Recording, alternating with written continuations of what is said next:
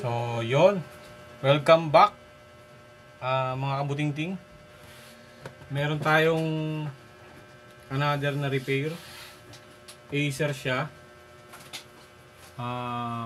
Ayusin na natin yung camera para kita. Yan. Yung laptop natin na nandito is Acer Travelmate. Galing to sa teacher. So, ang problema nito, pag pinress yung power button, may display naman siya pero bigla siyang mag-blue screen. Tapos lalabas daw yung no bootable device. So, check muna natin kung anong gagawin natin dito. Kung totoo ba yung sinasabi ni client natin. So, buhayin natin. Press natin yung power button. Ayun, nag-power siya.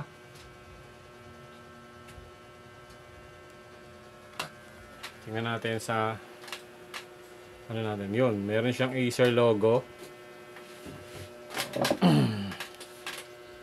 Ayan. Tingnan natin kung didiretso ba siya sa Windows.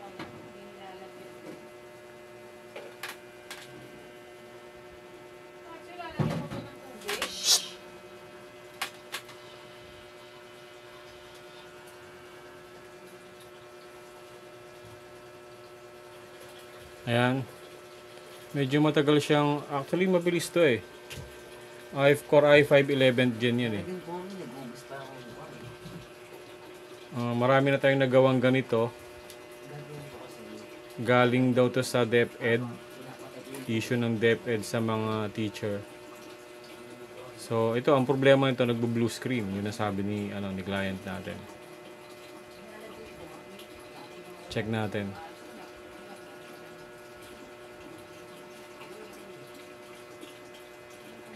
So, medyo matagal siya mag-boot.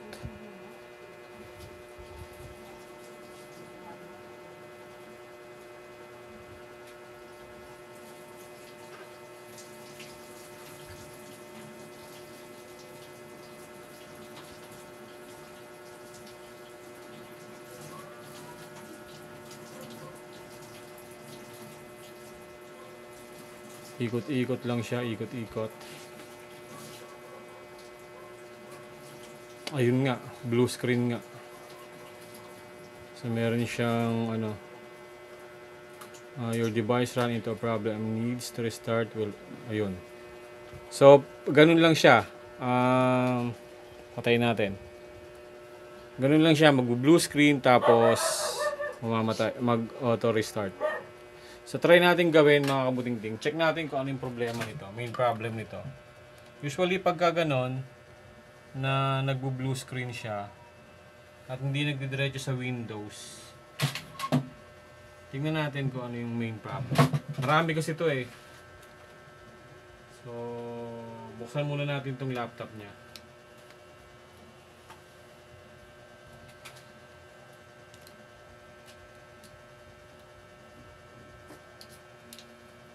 Marami kasing reason yung blue screen eh.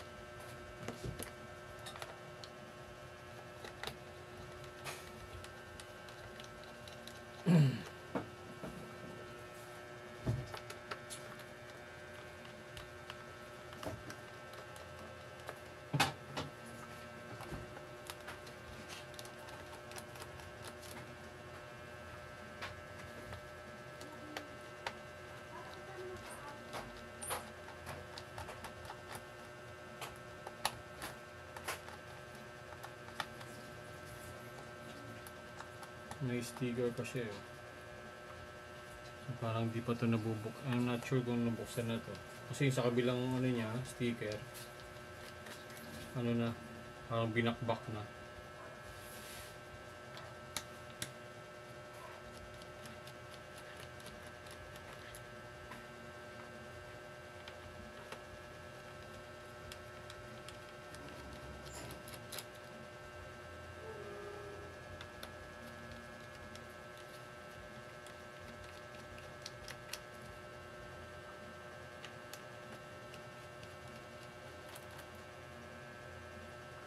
check natin yung ano niya, yung SSD nitong laptop na to. Rekta na tayo doon sa SSD. Kasi hindi siya nagbo-boot eh. Hindi siya dumidiretso sa Windows eh. Bigla siyang mag-blue screen.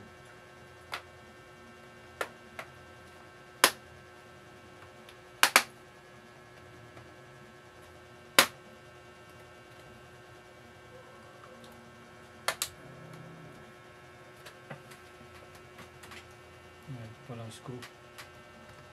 May iwan pa palang screw, sorry.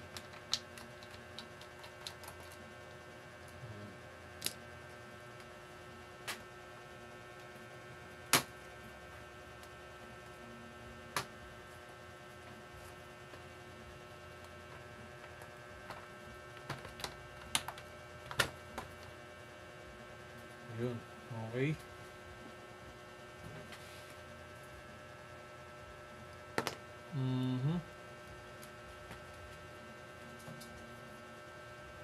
Una natin i-check itong ano niya, SSD niya, kasi nandito yung Windows eh. Pero bago yan, tanggalin muna natin yung battery para safe tayo.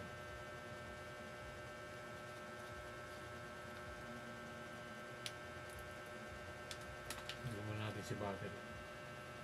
Then after battery, tanggalin natin si SSD. Check natin yung health ni SSD. So para malaman natin, baka mamaya may problema na yung SSD niya. Check lang natin yung health ng SSD.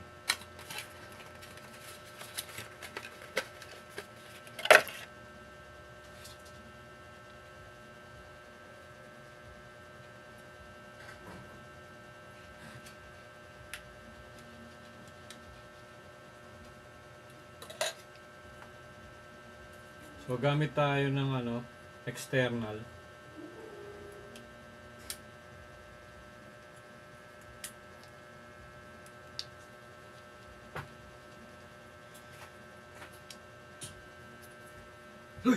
Kinakain mo! Kaya gumaingay. Nakakalimot ka. Ikaw nga, sit-sit ka na sit-sit kanina eh. Pasensya na kayo, sir. Akala ko di nag-ano. Pasensya na kayo mga kabuting-ting sa anak ko ah. Kumakain na. Mongoloid to eh. Mongoloid. Saan yung wipes mo? Ano ka ng basahan, but wipes? Tingnan natin kung... So sasaksak natin tong tong SSD niya. Check natin yung health status niya. Tingnan natin kung mariread ng computer.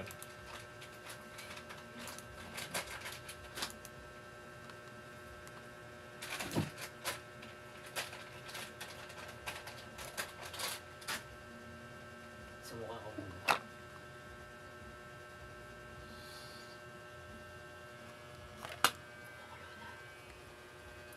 Yan, itatapat natin yung camera. So meron tayong nakikitang drive E. So yung drive na meron ako dyan is yung C, D, tsaka F.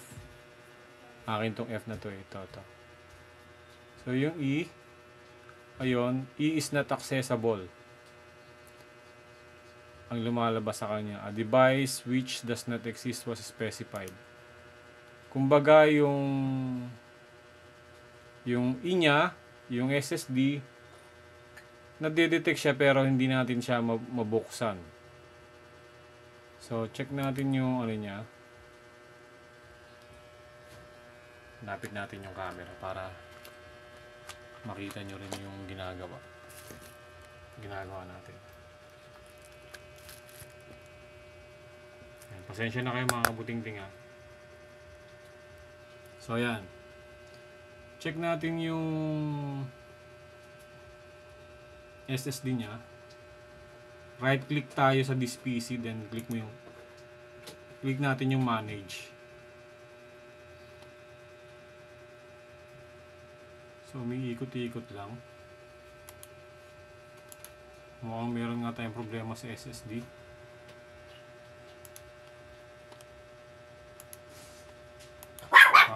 Parang sa tingin ko may... Parang sa tingin ko meron tayong problema sa SSD.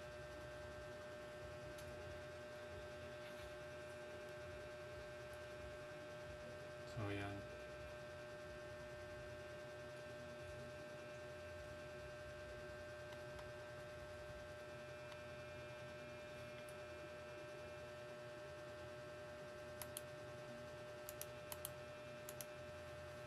So, si SSD natin, nakasaksak pa rin hanggang ngayon.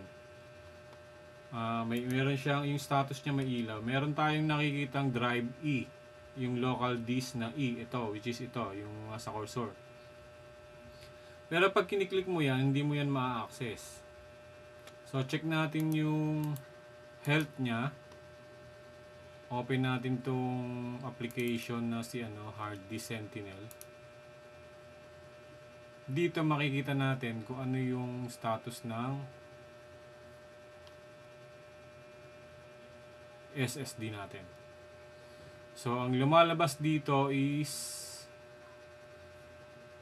kung mapapansin nyo, i-zoom ko. Zoom natin. Yan, naka-zoom tayo ha. Yan, kung mapapansin nyo, ang drive na meron dito, yung health is C tsaka F. So, nakikita silang dalawa. Yung kay client natin, Realtek, tapos naka question mark, yung drive E. So, hindi siya nakikita. Question mark. Yan o. Not accessible. So, may possibility may problema tayo sa SSD ni ma'am ng client natin. Kahit dito, sa baba, ito yung sa akin, yung drive C. Ito naman yung extension ko. So, ito yung letter E. Yung pre-space niya is question mark GB. Meaning, unknown. Hindi nakikita yung natin, yung SSD. Try ko siyang i-remove. Try natin i-remove. Yan. So, remove na. Naka-zoom pa tayo. Yan.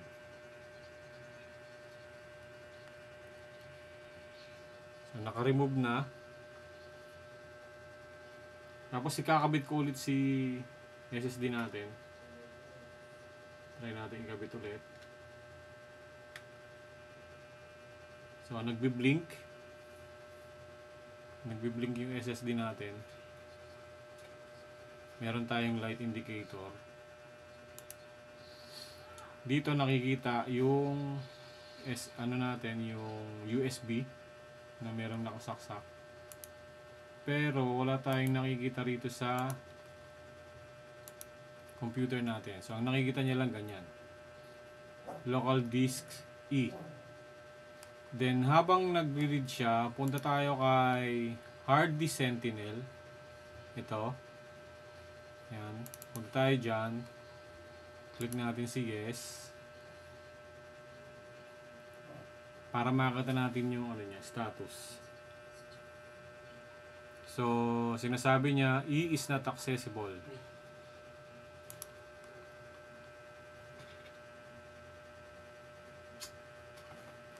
Not accessible si E.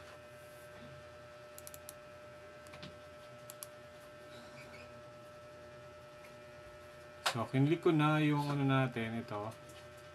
Yung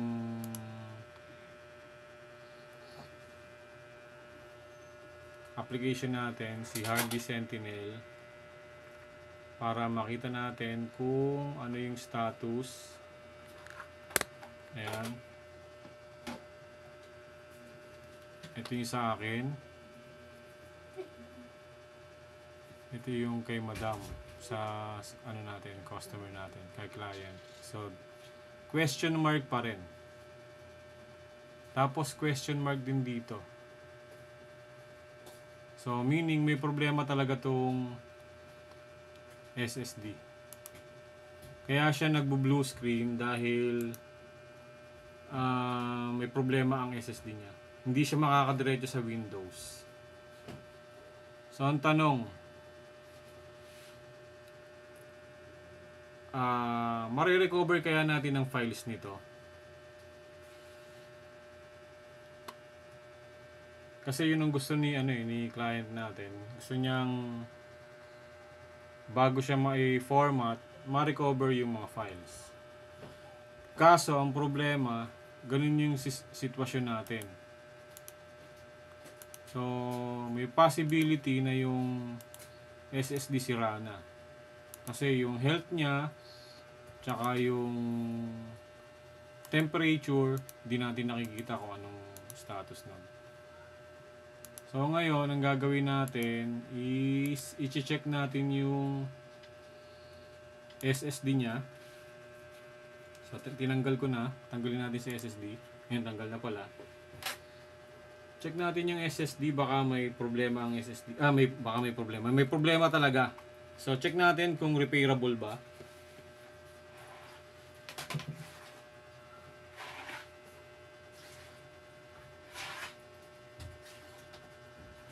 Wait lang, kabuting-ting ha.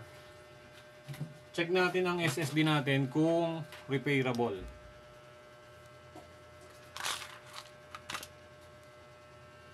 Isa natin yung camera.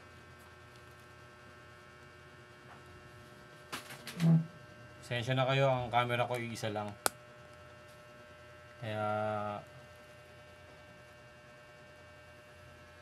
kung saan-saan lang natin siya pinipihit. Ayan.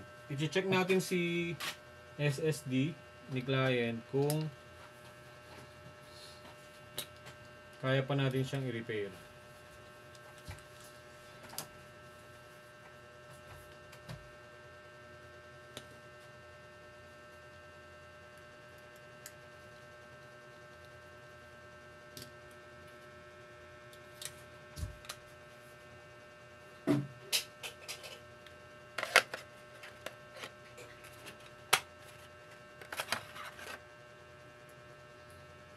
Check natin, baka meron tong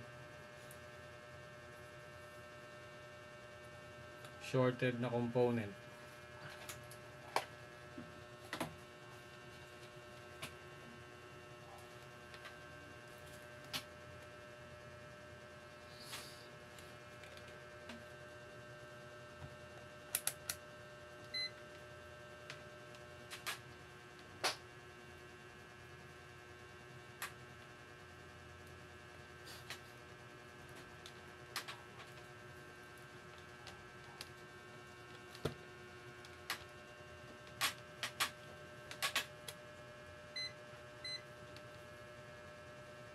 Test tayo ng ng capacitor.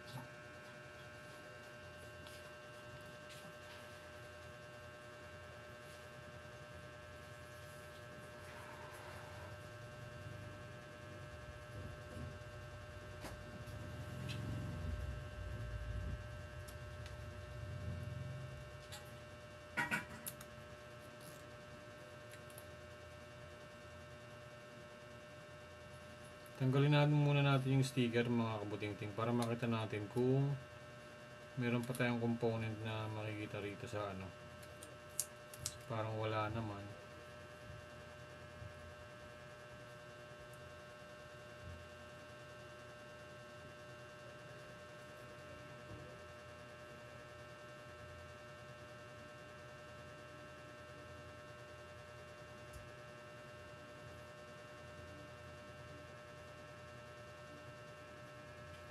So yun, parang wala tayong nakitang shorted.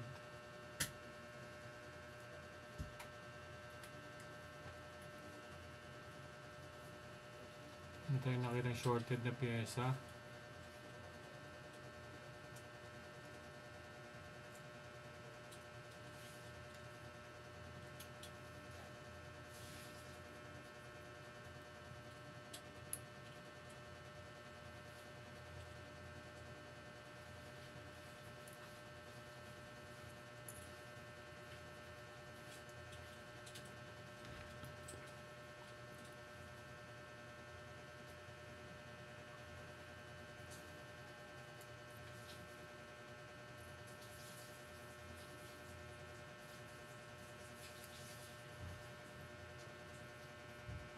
Tanggalin muna natin yung label niya. Ayun, wala rin tayong makitang ano rito.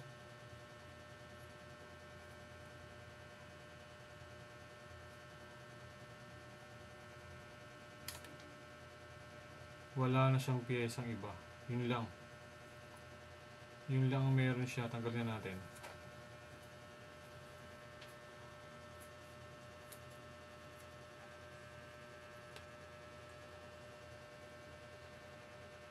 So, ano yung dahilan bakit ayaw niyang mabuhay? Ayaw niyang dumiretso sa Windows. Tingin ko sa chips na to.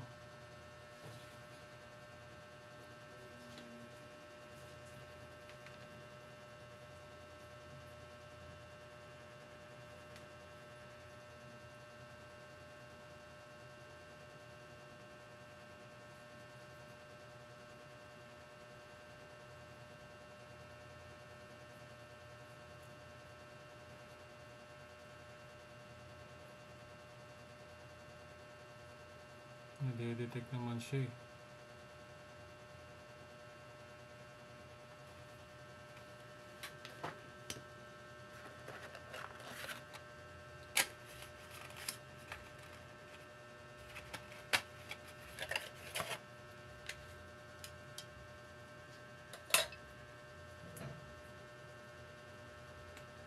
Try natin siyang try natin i-check sa thermal camera natin kung ano yung madedetect natin dito.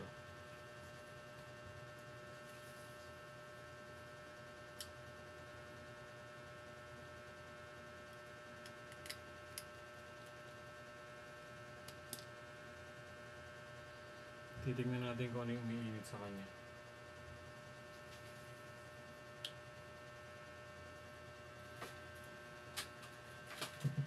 Nagamit tayo ng ibang phone. Lapit natin si camera.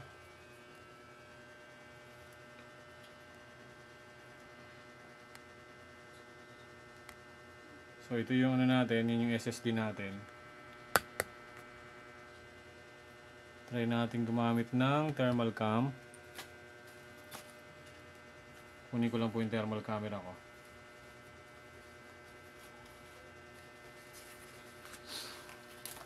Para makita natin kung ano yung umiinit sa kanya.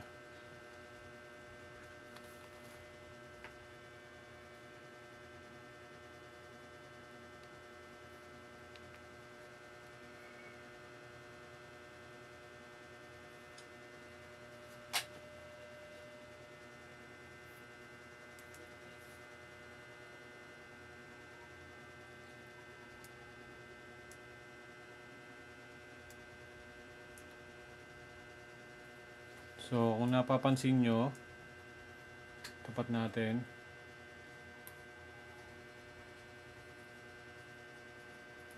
Ano yung mainit na part sa kanya?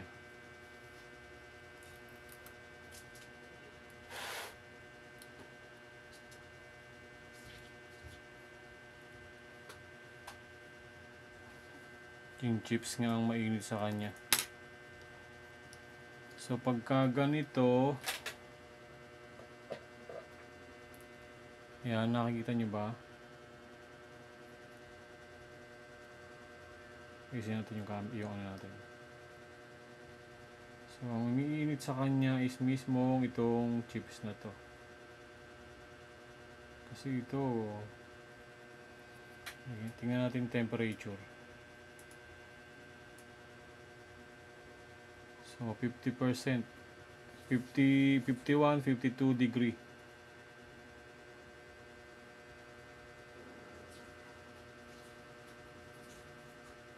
Nandito yung mainit yun. Ito mismo. So, wala akong pamalit nito.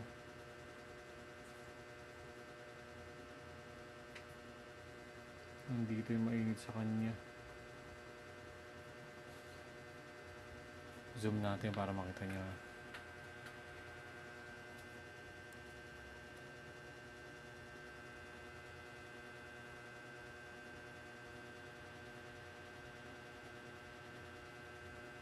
Yan.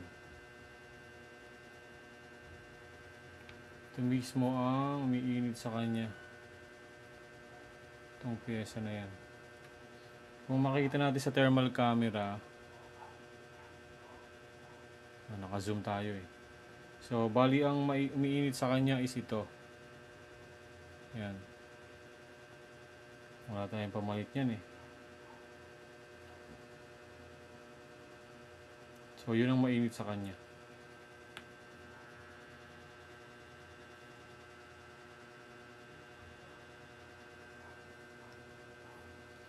Nakikita nyo sa ito sa thermal cam, ito yung mainit to.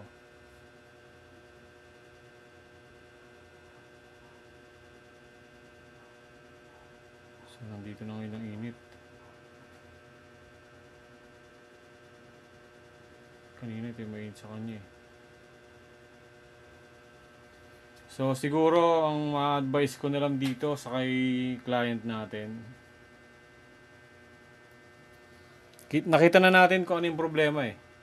Kaso, ang magiging problema natin ay kung papayag si client na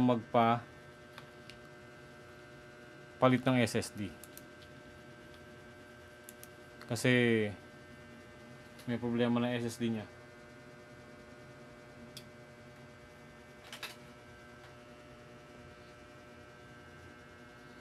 Lagyan natin yung sticker.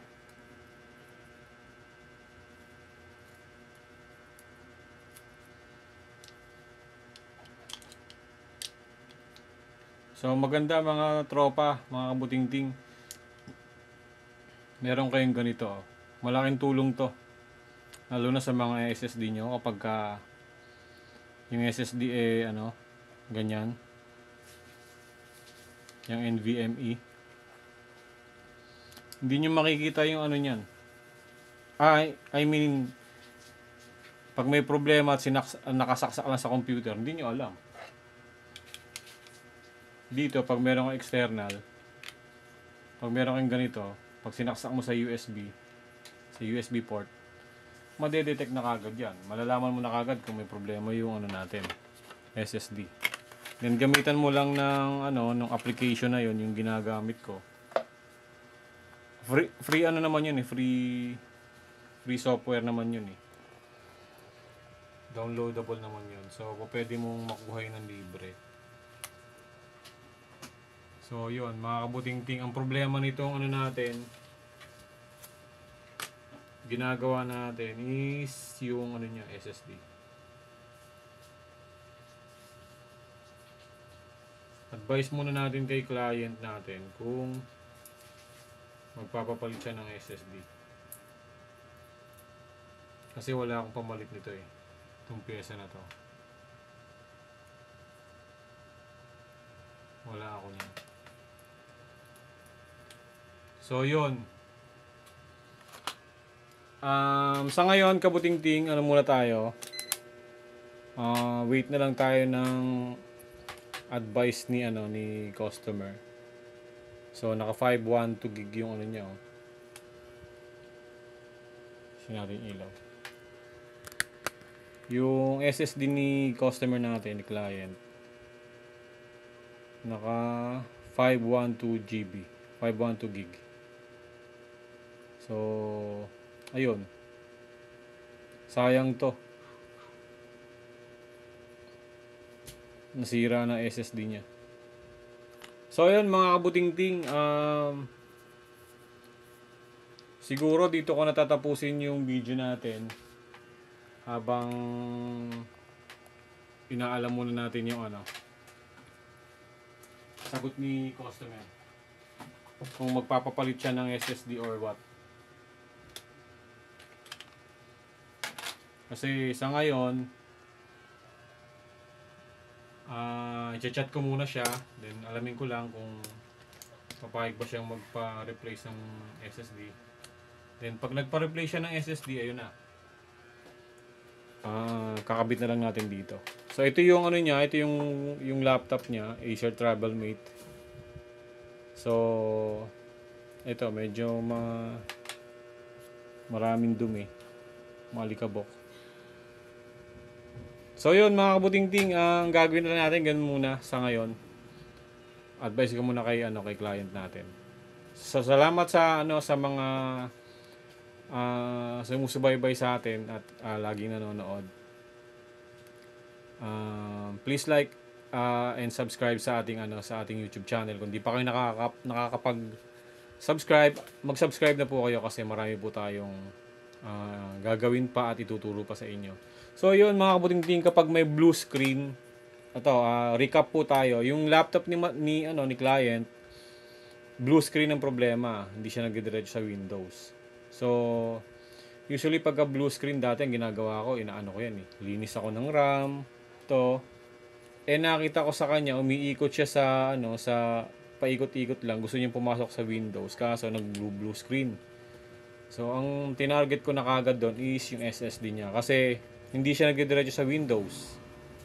So most probably pag ganon, SSD or hard disk ang problema. Then kung hindi kayo marunong hindi nyo alam kung ano yung gagawin nyo pag gano'n nag-blue screen, kunin nyo lang si SSD or kung hard disk yung gamit nyo, try nyo gamitan ng external na cable. So parang ganito, turo ko na rin po sa inyo, parang ganito. Ito, let's say hard disk yung problema ng laptop ni madam, ng client natin, gamit ka lang ng ganito. So yan, tapos naka-external na siya, saksak mo sa USB port ng laptop mo or computer mo. Then pag nakasaksak na siya, download ka ng hard disk Sentinel. So makikita nyo na doon kung ano yung status and temperature ng ng SSD or ng hard drive mo.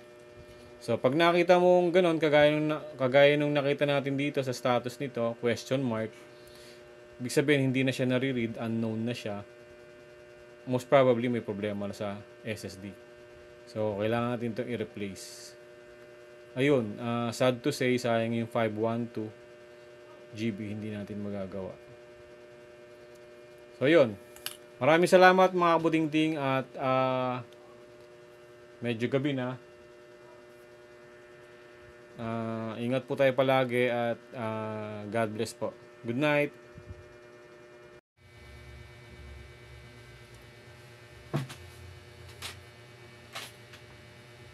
So yun guys,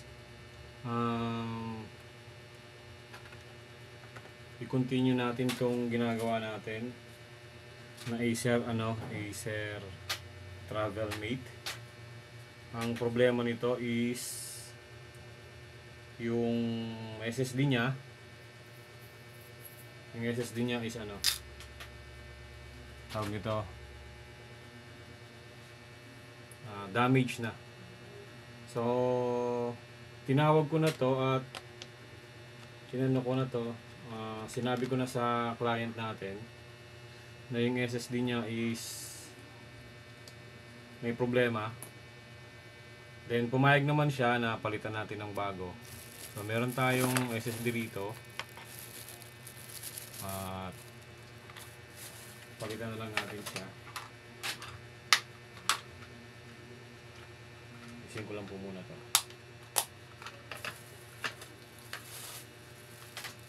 Palitan natin ang ating SSD.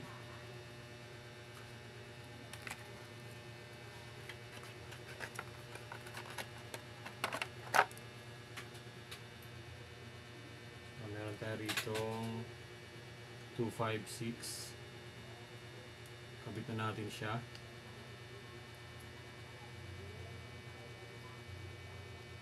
Dito natin malalaman mga kabuting-ting kung mabubuhay ito, magdidiretso ito sa Windows. Try natin siyang buksan. Actually, yung SSD na yan, meron na yung may Windows na yan. Tingnan natin kung magdidiretso sa Windows. So, pag ito, hindi na ito nag-blue screen, nagdiretso na agad to sa Windows, meaning solved na yung problem natin.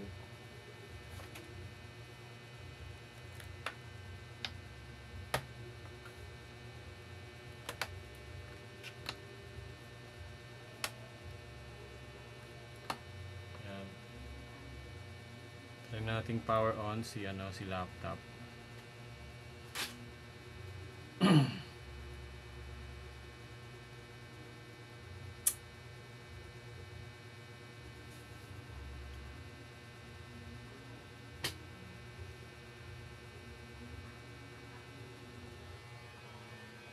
So ayan, mapapansin nyo, umiikot siya. Tingnan natin kung magdidiretso sa Windows. Ayan, ano na yung charger ko? Kaya charger din ng mami mo? Charger. Ay! So tingnan natin. Ganyan din siya katagal, di ba? Umiikot din siya. Tapos mo na pala. Tapos mo na si mami. Tapos mo na mami. Natin kung mag-blue screen. Magdidiretso sa Windows.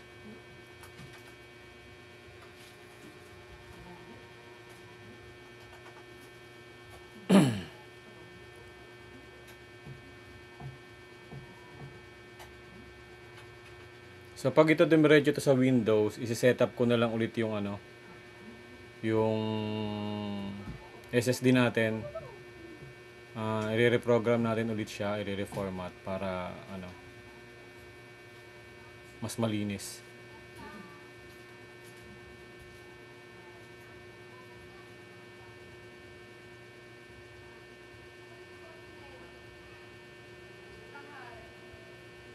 Nagpe-preparing automatic repair siya kasi yung Windows niya is ayan. Sa tingin ko okay na po tayo sa okay na po tayo sa Windows. I-reformat ko na lang. Then yan.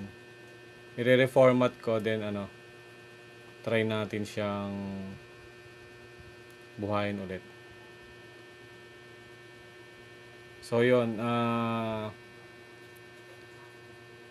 wait na lang po natin, i-format ko po muna. So itatapat ko naman yung natin, yung video natin para makita nyo po. Kaso hindi nyo makikita yung paano mag-format. Yung format naman, meron naman po akong in-upload na sa ko. Meron na po ako niyan sa YouTube channel ko. Check nyo na lang po yung mga videos doon kung paano mag-format. Reformat or program ng Windows. Nandiyan na po yan. So, ngayon gagawin ko po is ipo-format ko muna. Saglit lang naman to.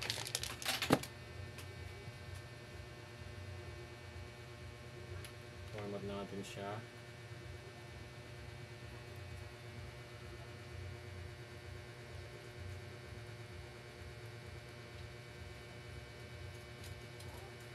Need natin makapasok sa BIOS.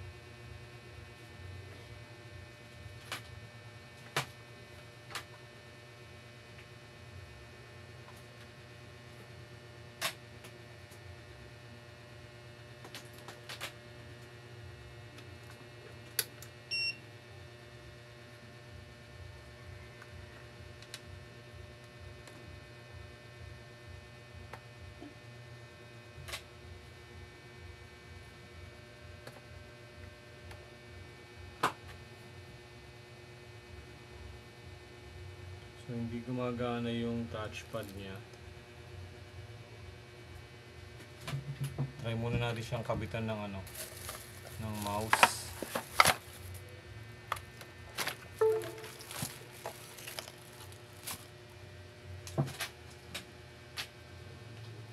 Kabitan natin siya ng mouse. Install.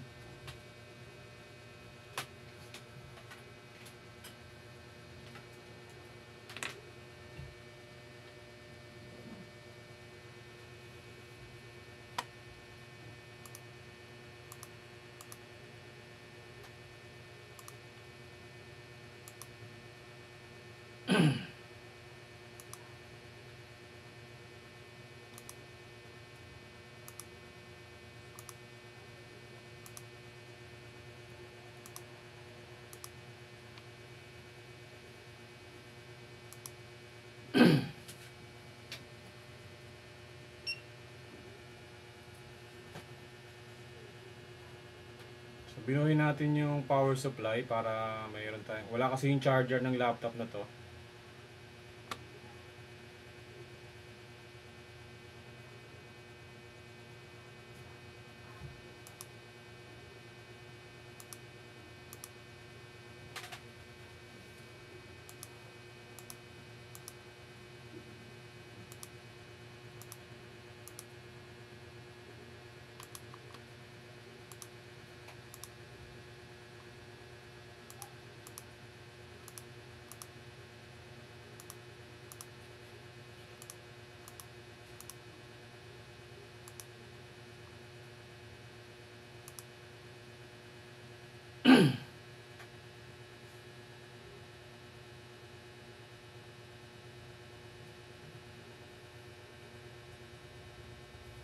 So wait po natin habang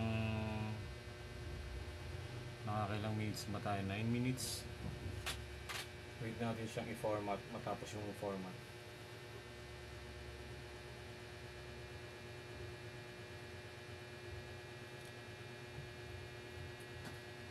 So ganun lang gagawin nyo guys kapag blue screen tapos hindi siya dumediretso sa Windows. Try nyo munang i-check yung yung SSD or yung hard disk ng laptop nyo. So pag hindi dumediretso sa Windows, bigla siya mag-blue screen, then hindi nyo na siya magamit. Check nyo SSD or hard disk, check nyo siya sa mag-download kayo ng HDD Sentinel. Then doon makikita nyo sa application na yon kung good pa ba ang health status ng SSD or ng hard disk, kung okay pa ang temperature niya. So ayun, yun yung pinantitest ko para malaman ko kung good pa.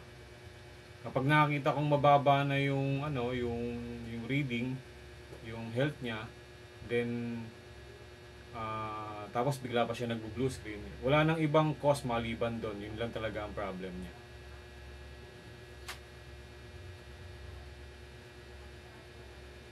Ang best way nun is palit na po tayo ng hard drive or ng SSD natin.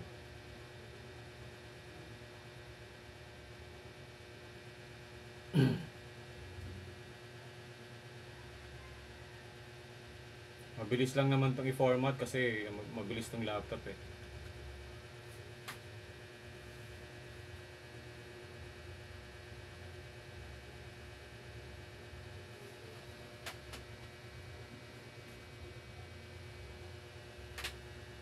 Kaya sud ko doon.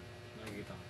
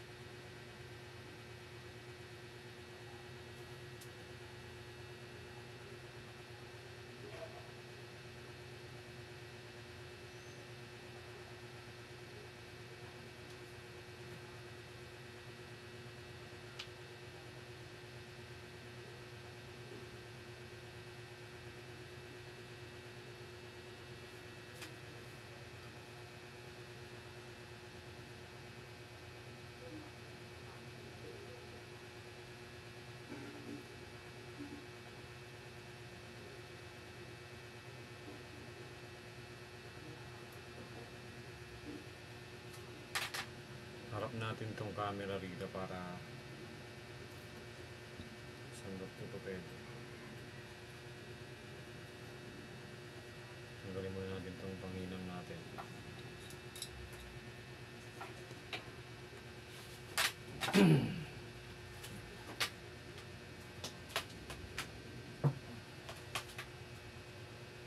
So, lipat natin tong camera natin. Yan, dyan. Para nakikita. So, restart. And remove na natin yung flash drive natin na may USB, na may Windows.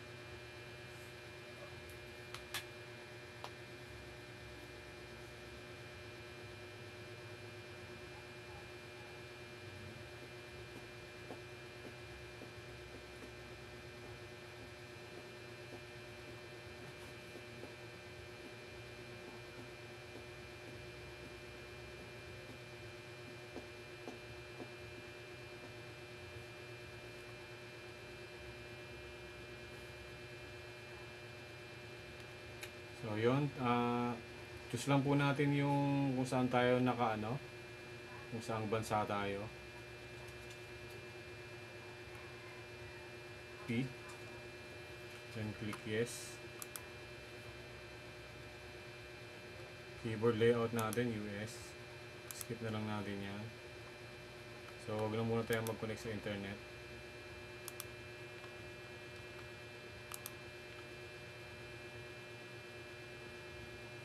Lagyan natin ng admin na lang. Ano nga pangalan ng ano? Check ko lang yung pangalan ng client natin.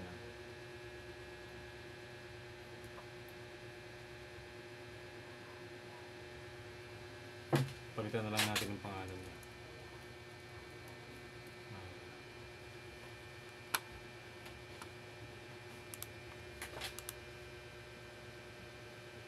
So accept.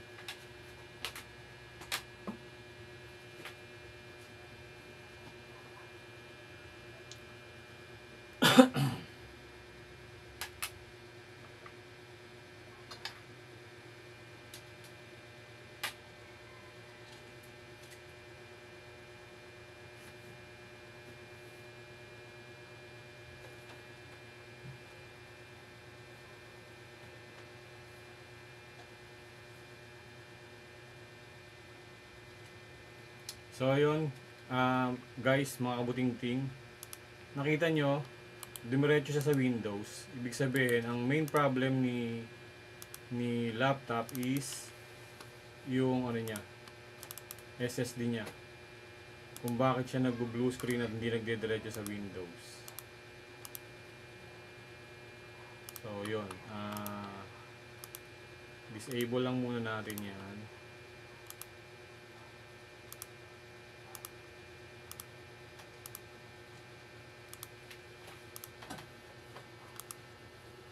So prepare na natin si driver, yung pang install natin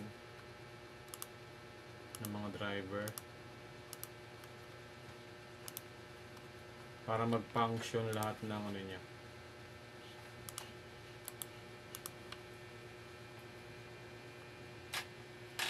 Prepare natin yung installer natin ng driver.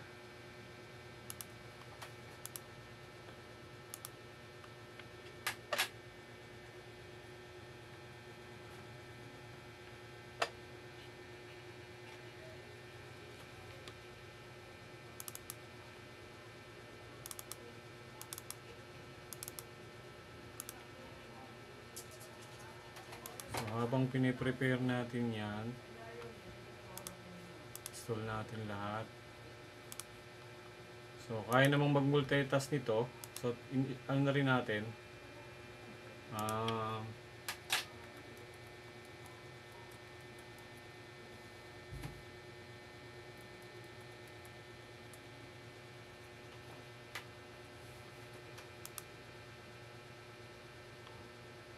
downloadan natin ang mga application na kailangan niya.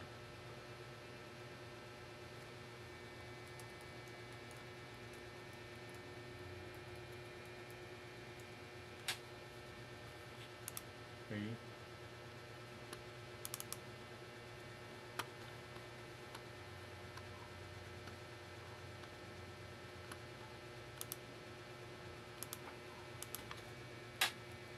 Kung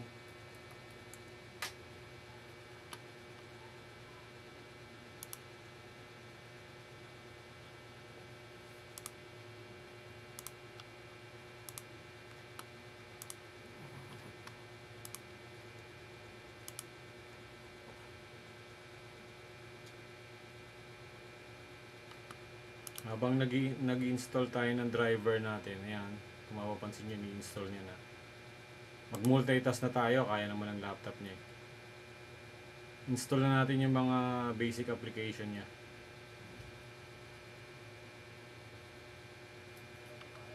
So yun, naka-install na si Google Chrome. Download natin to, Adobe Reader.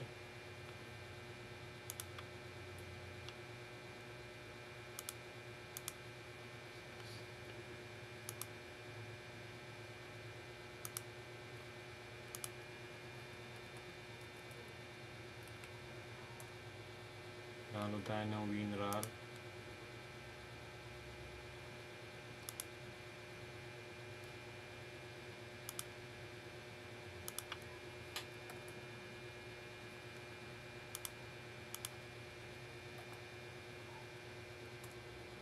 Download din tayo ng VLC player.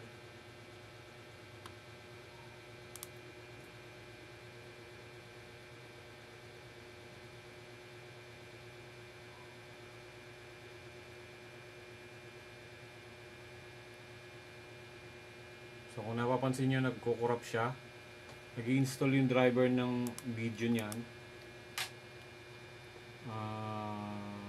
Lagyan natin ng TeamViewer. So tayo, naglalagay tayo nito para sa mga assistants natin kay customers natin. Para in case meron siyang problema, pwede natin siyang i-remote.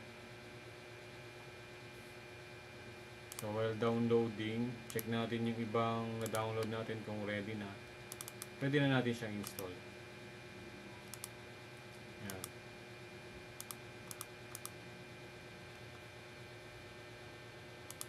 Si WinRAR, install na rin natin.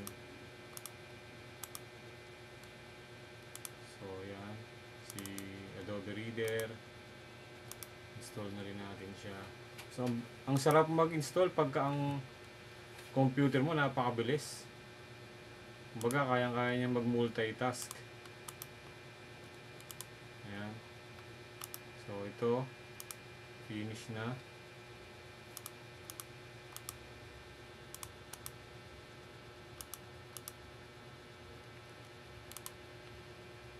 Check natin yung lagay natin sa taskbar yung mga Microsoft Office niya. Outlook. So by the way guys, tong installer natin may kasama na siyang Microsoft Office.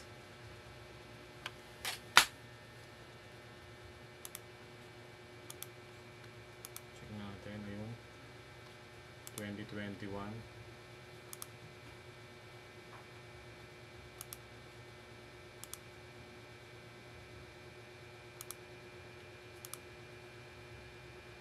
TeamViewer. Hindi natin na-install yung TeamViewer.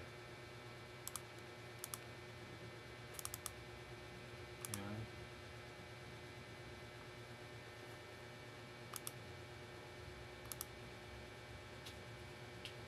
Napapansin nyo guys, wala pa siyang sounds. Ayan, gumagana na yung touchpad natin.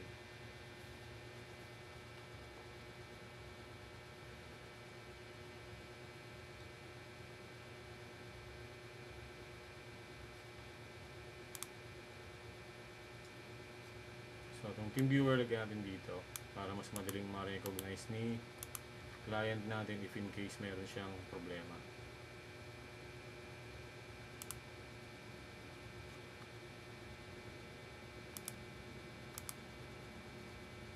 So, while installing, mag-ano na rin tayo. Mag-conduct na rin tayo ng check disk. Tapos defrag natin si SSD. Bilis oh. Tapos agad. Defrag natin. Bilis. Yung D, ano ba itong D na to? Yung E, yung hard disk nya. So okay na si si MD.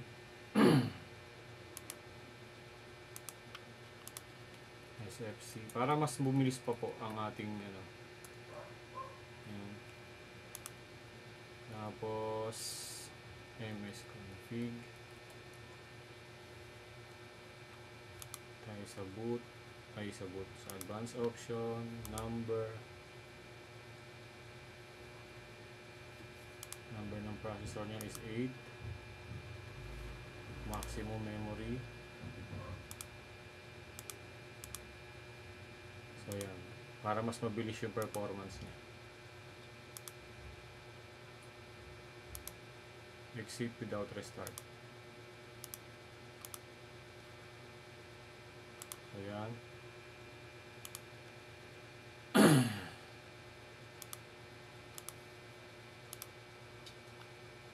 Okay. Done na tayo dun sa sa Adobe Reader, Adobe Acrobat Reader. I-install na natin siya. Pwede na natin itong tanggalin. Yung download natin. Magbawas tayo ng mga temporary files na hindi naman natin kailangan. Yung mga yan. Tanggalin natin yan.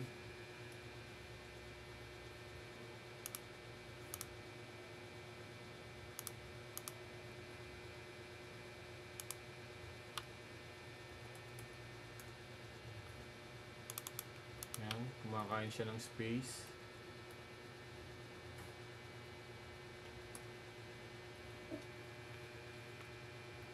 Then after nyan, yung Windows update, i-disable ko na rin siya. Hindi ko naman kailangan ng update.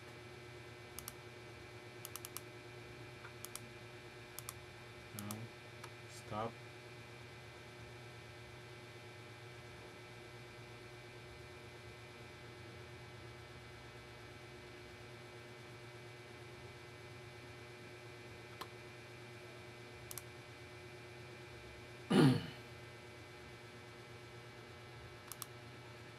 Okay. So, we're done. Kaso yung ano pa natin, yung ni-scan natin, hindi pa siya tapos. Pero actually po pwede na naman natin siyang i-escape eh. Escape na lang natin to.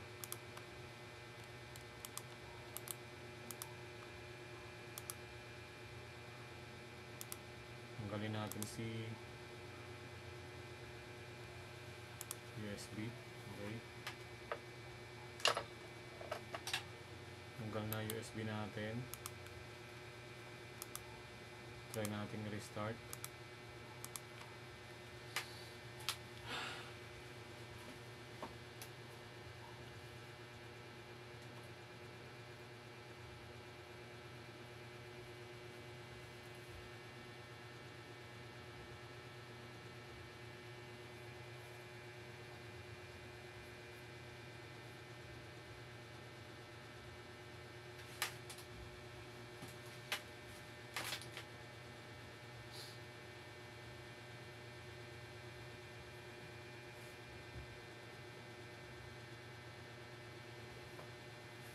Siguro di na natin kailangang ikabit yung mouse. Working na naman yung ano niya, touchpad.